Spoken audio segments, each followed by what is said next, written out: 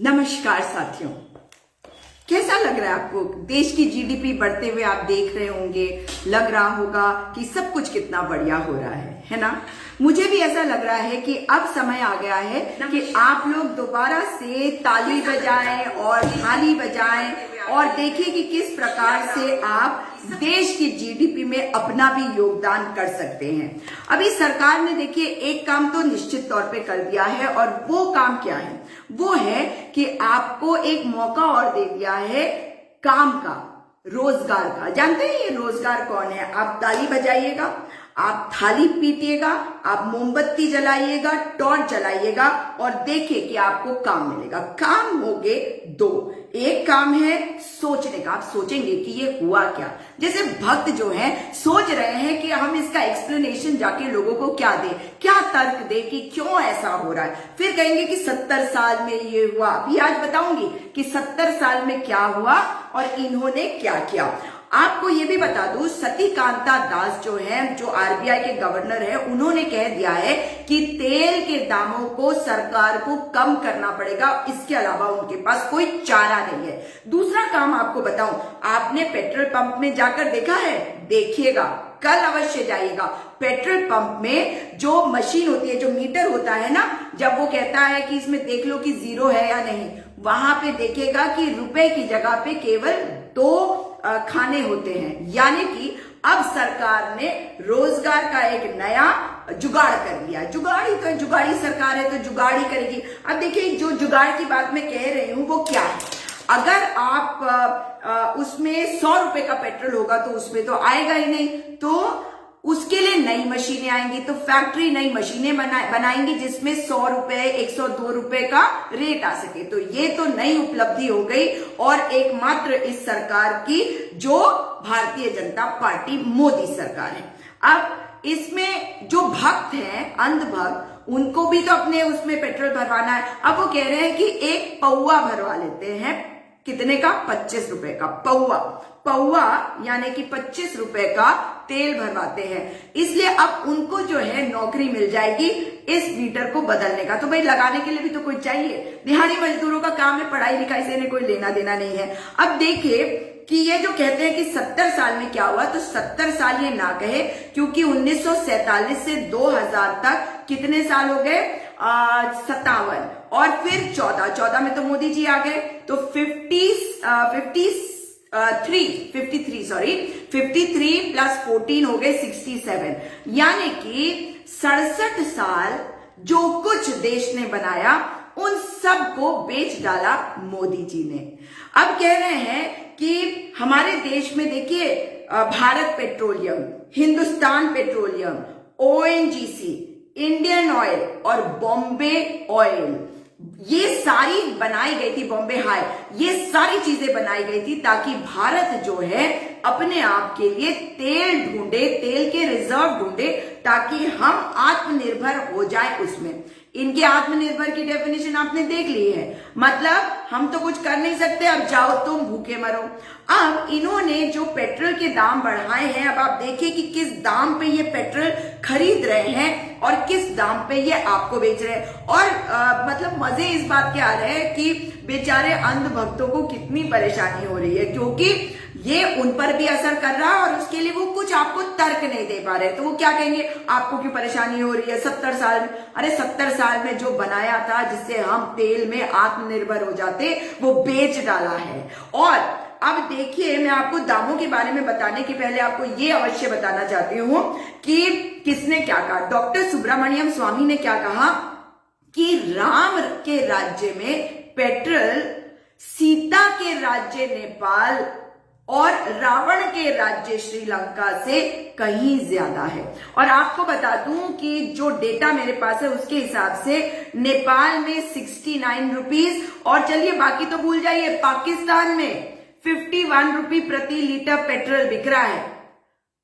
जी हाँ, और वेनेजुएला में तो 1 रुपए 46 पैसे का भी बिक रहा है प्रति लीटर। खैर, अब अगर आप बात करें, डॉक्टर सुब्रमण्यम स्वामी ने कहा है, लेकिन भारतीय जनता पार्टी को समझ में नहीं आ रहा कि किसको क्या बोलना है। आपको मालूम है, एक तरफ सतिकांता दास कहते हैं आरबीआई गवर्नर की सरकार को दाम कम करने पड़ेंगे, और बहुत सारे लोग जो हैं वो कह रहे हैं कि ये इंटरनेशनल मार्केट यानी कि अंतरराष्ट्रीय मार्केट की वजह से ग्लोबल प्राइस है, हम कुछ नहीं कर सकते, इसलिए हमारी पार्टी क्या कर सकती है, हमारी सरकार क्या कर सकती है, यही भक्त भी कह रहे हैं। लेकिन भक्तों को ये बता दूं कि प्रधानमंत्री ने वही बात कही है कि पिछली सरकारों की वजह से ये तेल के दाम बढ़ रहे हैं, मतलब तर्कहीन। वैसे प्रधानमंत्री जी ने एंटायर पॉलिटिकल साइंस में एमए किया है, तो उनसे मैं यही उम्मीद रखती हूँ, पढ़े लिखे लोग होते डॉक्टर मनमोहन सिंह जैसे तो बात अलग होती, बात कम करते थे, काम करते थे, ये बोलते ज्यादा है और काम नहीं करते। निर्मला सीतारमण ने आज क्या कहा है आपको ये पता है? उन्होंने कहा है कि यह हमारे हाथ में नहीं है, लेकिन उन्होंने अंतरराष्ट्रीय मार्केट को नहीं कहा, क्योंकि उनसे कहा गया कि जब तेल के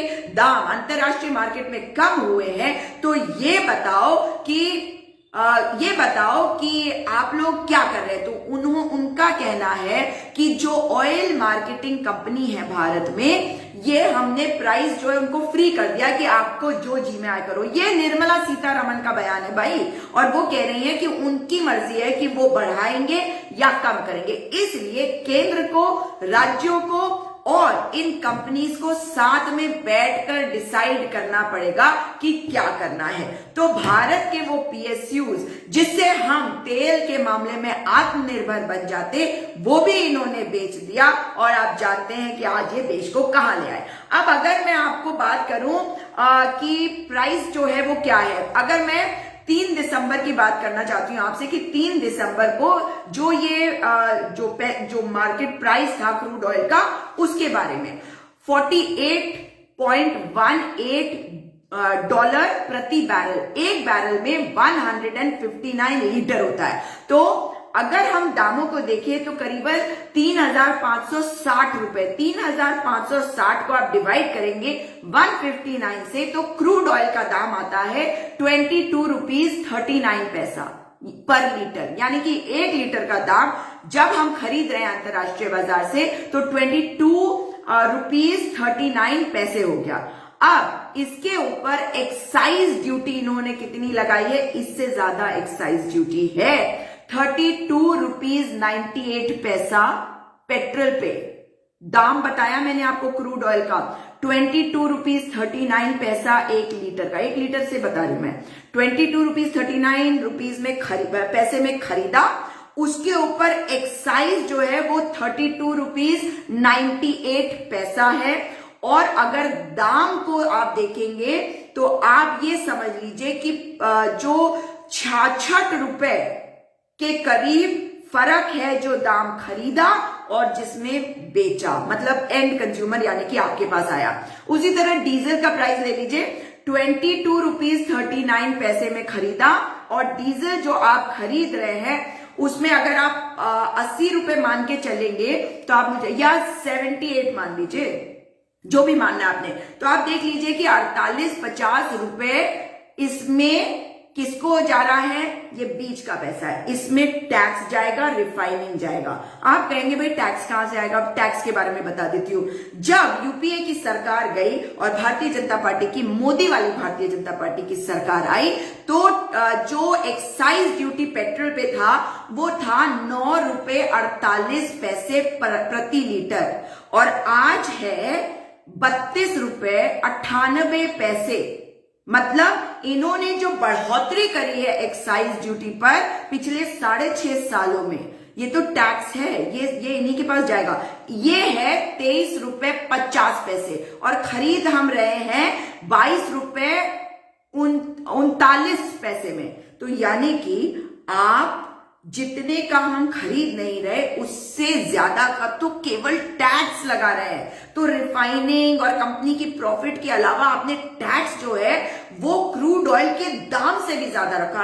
अब डीजल का बताती हूँ। फिर 22 रुपीज 39 पैसे का क्रूड ऑयल 1 लीटर, और उसमें जो यूपीए की सरकार में टैक्स था एक्साइज ड्यूटी 3 रुपए 56 पैसे, और आज इस पर एक्साइज ड्यूटी है 31 रुपए 80 पैसे से भी ज्यादा, 31 रुपए 80 पैसे, मतलब 3.5 रुपए के आसपास समझ लीजिए। और फिर अब 31 रुपए 80 पैसे से भी ज्यादा, ये इतना फर्क क्यों हो रहा है? ये एक्साइज ड्यूटी सरकार को जा रही है। इसका मतलब है कि डीजल के जो एक्साइज ड्यूटी, मैं केवल एक्साइज ड्यूटी की बात कर रही हूं, 820% इन्होंने हाइक कर दिया, बढ़ा दिया है। मतलब 8 गुना से, 8.25 गुना से भी ज्यादा बढ़ाया है। और पेट्रोल के दामों में मतलब समझिए 258% की इंक्रीज है, यानी कि 2.5 गुना से ज्यादा इन्होंने बढ़ा दिया है।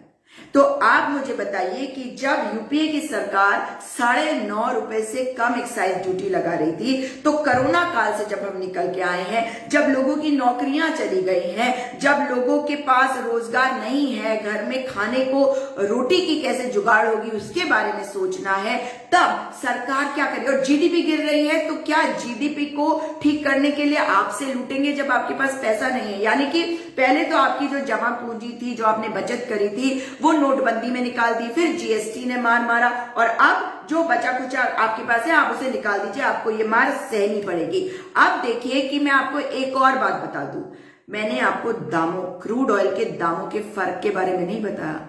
क्रूड ऑयल का दाम यूपीए की सरकार के समय में $109 प्रति बैरल 2012 में था, $105 प्रति बैरल 2013 में था। और मोदी जी के आने के बाद उनकी बढ़िया किस्मत की वजह से वो गिरता चला गया। हमें क्या पता था वो गिरता चला जाएगा, मगर उस पे जो पैसा है वो उसको कम नहीं करेंगे, वो आपको उसको पास ऑन नहीं करेंगे। और अब अगर आप देखें तो $41.47 है, कहां 109, कहां $41.47, यानी कि 56 इंच का कमाल देखिए, 56% गिरावट आई है क्रूड ऑयल के दामों में 2013-14 से अब तक। लेकिन आपको क्या फायदा हुआ आप जानते हो? ये भी बता दो कि ये जो बढ़ा हुआ एक्साइज ड्यूटी है, मतलब जो एक्साइज ड्यूटी तब थी, अगर उसको भी उसको छोड़ दें, तो उसके अलावा जो सरकार को फायदा हुआ है पिछले 6.5 सालों में, वो है 19 लाख करोड़ का। और 5 मार्च 2020 को इन्होंने 3 रुपए एक्साइज ड्यूटी पर बढ़ाए थे। एक्साइज ड्यूटी के नाम पर पेट्रोल पर भी 3 रुपए बढ़ाए थे 5 मार्च पिछले साल, कोविड के जस्ट पहले, और 3 रुपए डीजल पर। उसके बाद क्या हुआ? लॉकडाउन हुआ, कोरोना आ गया था, और आपको मालूम है 5 मई यानी कि 2 महीने के बाद जब कोरोना चरम पर था, तब इन्होंने 10 रुपए और बढ़ा दिए पेट्रोल पर एक्साइज ड्यूटी, और 13 रुपए प्रति लीटर बढ़ा दिए डीजल पर एक्साइज ड्यूटी। तो आप मुझे बताइए, अब तो कोरोना खत्म हो गया, तो इसको तो खत्म किया जा सकता है। तो क्यों ना ऐसा हो कि सरकार जो है जो एक्साइज ड्यूटी थी 5 मार्च 2020 को, वो भी मैंने बढ़ा के बताया, जो 3-3 रुपए बढ़ाए, वहां पर ले जाए। मैं तो ये नहीं कह रही हूं कि एक्साइज ड्यूटी हटानी चाहिए या एक्साइज ड्यूटी वैसी करनी चाहिए जो यूपीए की सरकार के समय पे थी। मैं जो बात कह रही हूं उससे आप भी सहमत होंगे कि मैं कह रही हूं कि कोरोना के पहले जो एक्साइज ड्यूटी थी उतने तक रखा जाए, उसके बाद जो बढ़ोतरी होती चली जा रही है, अभी भी बढ़ोतरी हो रही है, वो ना किया जाए। और आपको बता दूं कि जिस वक्त $109 प्रति बैरल था, उस वक्त आप पेट्रोल खरीद रहे थे 71 रुपीज 41 पैसे प्रति लीटर पर, और 55.49 पर लीटर डीजल। और आज मुझे दाम बताने की जरूरत नहीं है कि 100 रुपए के पास और 100 रुपए के पार हो जा रहा है। तो अब देखिए कि हमारी सरकार जो है, जो आप अभी किसी ने शायद लिखा भी था कि पिछले 70 साल में क्या आपको मालूम है कि भारत में क्रूड ऑयल का प्रोडक्शन पिछले 18 साल के सबसे निचले स्तर पर पिछले साल यानी कि 2020 में हुआ। आप मुझे बताइए, जब कोरोना काल था तो क्या उस वक्त सरकार ये नहीं कर सकती थी कि जो हमारी कंपनीज ऑयल को निकालती है उसमें वो बढ़ोतरी करती और ऑयल निकाल लेती, उस वक्त लोगों को रोजगार भी मिल जाता? लेकिन नहीं, केवल कह देने से, नेहरू जी को ब्लेम कर देने से चीजें नहीं हो जाती। ये सरकार बता रही है कि ये चाहती है कि आप इतना दबे खपे कि आपके पास सोचने के लिए समय ना रहे, आपके पास इस सरकार पर सवाल उठाने के लिए ना हिम्मत रहे, ना मादा रहे, ना आप सक्षम रहे, आप अपनी जिंदगी के साथ जूझते रहे। इसलिए अगली बार सोच समझ के अपनी सरकार को चुनिएगा। ये सरकार आपके भले के लिए नहीं सोचती। इस वीडियो को अधिक से अधिक शेयर करिएगा और आपसे मैं दोबारा मुलाकात करूंगी। मेरी वीडियोस को जरूर देखिएगा और कल भी मैं शायद टाइम्स नाउ पर 9 बजे रहूंगी, मेरे साथ जुड़िएगा। अगर आपको अच्छा लगता है, रिपब्लिक भारत पे भी आपने देखा होगा कि किस प्रकार से लोगों के पास जवाब नहीं होता जब आप तर्कों पे बात करते हैं। इसलिए आप भी हिम्मत के साथ बोलना शुरू करिए, अपनी सरकार से सवाल करना शुरू करिए। किसी को हल्के में आतंकवादी कह देना मुझे तकलीफ हमेशा से होती रही है और बड़ी खुशी होती है जब मैं इन भारतीय जनता पार्टी के प्रवक्ताओं को, इनके समर्थकों को ये कह पाती हूं कि खबरदार खबरदार, जो किसी को आतंकवादी कहा, अगर कहा तो तुम हो देश के सबसे बड़े गद्दार। इसलिए हिम्मत रखिए, ये देश आपका है, मेरा है। जानती हूं बहुत समय तक बहुत प्राइवेट लाइफ जी है मैंने, ईश्वर ने बहुत कुछ दिया है, भगवान का हमेशा शुक्रगुजार रहती हूं। मगर अब समय है कि देश के लिए अगर प्राण भी चले जाएं तो देश के लिए प्राण न्यौछावर करने का समय है। लेकिन बोलना होगा, सही का साथ देना होगा। अगर सरकार गलत कर रही है तो करे, हम आवाज उठाएंगे, ऐसा प्रण लेना होगा। इस वीडियो को अधिक से अधिक शेयर करिए। दोबारा आपसे मुलाकात होगी। नमस्कार, जय हिंद।